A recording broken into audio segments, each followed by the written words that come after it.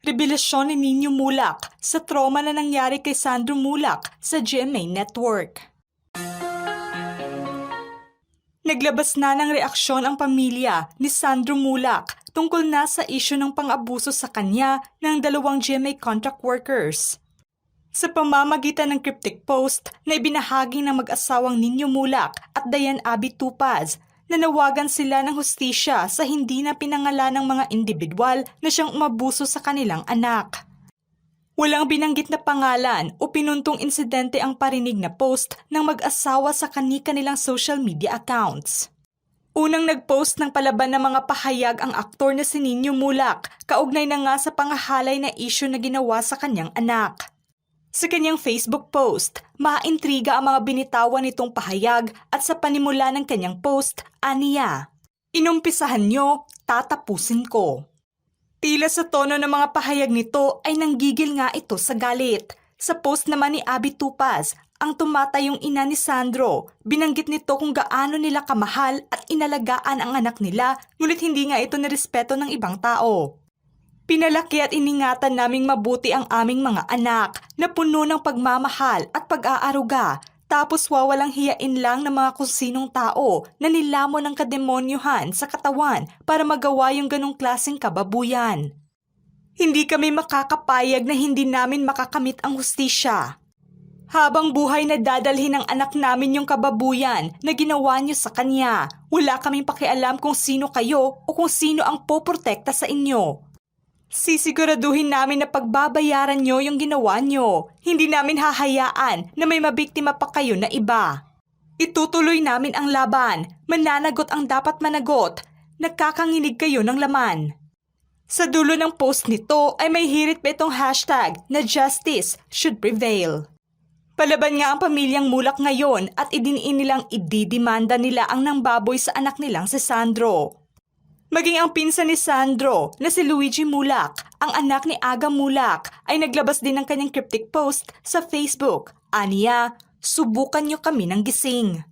At sa post naman ng kapatid na babae ni Nino Mulak na si Angela ay lalabanan umano nila ito pang makamit ang hustisya, at sa makahulugang hashtag na gamit nitong hashtag #Men2 ay nangangahulugang movement na nagsimula sa Amerika na siyang isinusulong ang awareness sa sexual harassment at sexual abuse.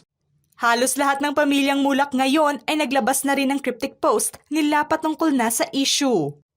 Bago pa man ang post nilang ito ay una nang may cryptic post ang anak nilang si Sandro sa Instagram account nito, na puro sad face emoji ang gamit at malulungkot na mga quote na siyang ibinabahagi niya sa kanyang account. Sa latest post din nito ay makikita rin ang kanyang look noon sa nagdaang GMA Gala at sa caption nitong maintriga, "Moments before" with black heart emoji. Sa comment section ng naturang post ay bumuhos kaagad ang katanungan ng mga netizens matapos pumutok ang balitang ginahasa nga ito. "OMG, totoo ba? Fight for justice. You're from the Mulak family. May laban kayo. Huwag matakot." Kamakailan lang ng pinagpiyastahan ng mga netizens ang inilabas na blind item tungkol na sa iskandalong ginawa ng mga taong nang abuso. Agad namang nalaman ng mga pangalan nila na itinuturong executives umano ng GMA TV na sina Richard Dudy at Jojo Nones. Ayon sa blind item, ay may hinalay nga itong sparkle actor na siyang galing sa kilalang pamilya sa mundo ng showbiz. Ayon pa sa source, nangyari umano ang insidente matapos ang malaking event ng GMA at agad na spekulasyon naman ng mga netizens na GMA Gala ang tinutukoy na event. Ayon sa ex-post ng Tsaka Puso PH, "Napakawalang hiya talaga nitong mga taga-Kamuning. Talagang lilinisin nila ang kalat nila hanggat kaya nila. So kwento na natin anong nangyari. After GMA Gala, Richard Dudy and Jojo Nones, GMA TV executives, asked a certain young actor to go to their hotel room. Ang nangyari ay may respeto pa umano sa Sandro na sumunod sa nais ng mga ito bilang tito ang turing niya sa mga ito dahil na nga sa posisyon nito sa GMA. Pagpasok umano ni Sandro ay doon na may ginawang kahalayan ang mga ito sa young actor na mawalan ito ng malay dahil nahilo umano at base na sa source ay may pinainom umano sa kanya kaya nawalan ito ng malay. Matapos umanong magahasa nila ito ay inabangan pa nilang magkamalay si Sandro para kausapin, ngunit tila hindi umano ito ang nangyari. Dahil mukhang pinagbantaan pa umano nila ito, nang makaawa pa umano ang aktor sa dalawa dahil na may girlfriend din ito, ngunit hindi umano ito pinakinggan at pinagpatuloy pa rin ang kababuyan. Nang magising na umano sa Sandro, ay may kumatok pa na delivery rider sa hotel room nila, kaya nagkaroon ng tsansa na makalabas ang aktor sa room.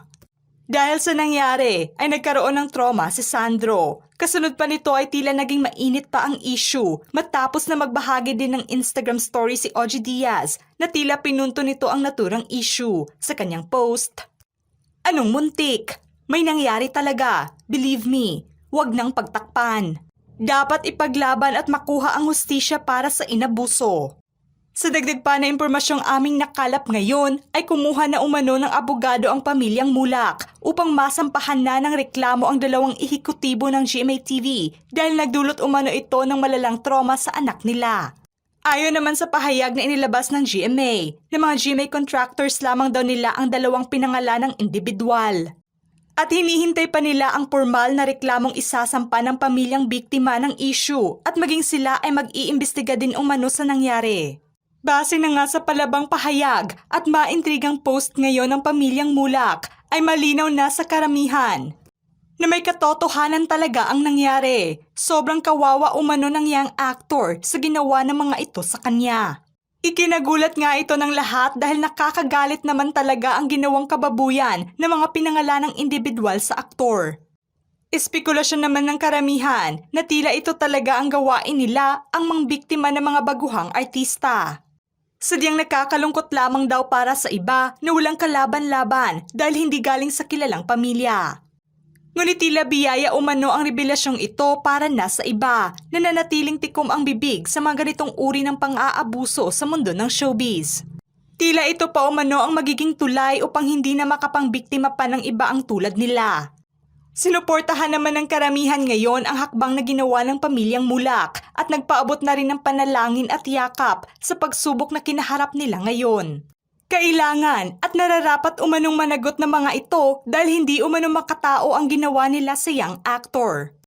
Ikinadismaya naman ng iba pang mga netizens ang kapabayaan ng GMA Network sa mga artista nila. Sa kanila pa rin daw talaga ang bagsak dahil artista nila ang nabiktima.